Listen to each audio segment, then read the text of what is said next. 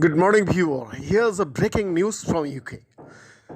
UK health officials are looking at whether a new Indian COVID strain spreads more easily and evades vaccines.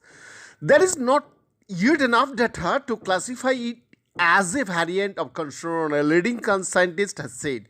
But Dr. Susan Hopkins of Public Health England said some cases had been found in the UK that were not linked to travel, with their origin now being investigated.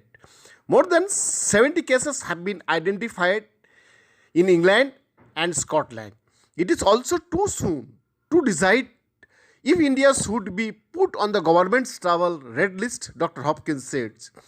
Dr. Hopkins, chief medical advisor for NH5 Test and Trace, told the Andrew Marr show, "We have seen a couple of cases of the Indian variant that have not arisen from travel, but we are still trying to undergo the investigations to look in great detail at where they might have acquired it from. To escalate it up the ranking, we need to know that it is increased transmissibility, increased severity of vaccine evading, and we just don't have that yet." Public Health England says 73 cases of the variant first identified in India have been found in England and 4 in Scotland.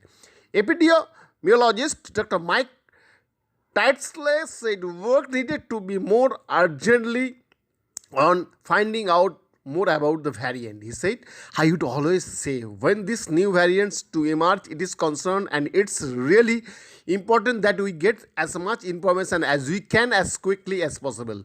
What is concerned about the Indian variant is there appear to be 2 mutations which may make the vaccines less effective and may make the virus more transmissible. The key thing here is we are still trying to gather evidence about this." Asked if India should be added to the government's red list of banned countries, Environment Secretary George Estes said, "We are allowing people in from India provided they have had a pre-departure test, provided they then quarantine, albeit not in a hotel or a designated facility, but quarantine at home, and then have a test at 2 and 8 days.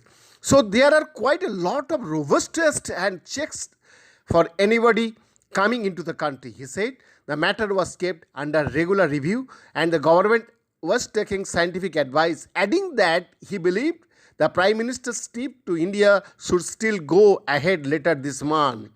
Boris Johnson has already scaled down his trip due to the rising number of cases. India has reported more than 150,000 COVID cases a day for the past 3 weeks.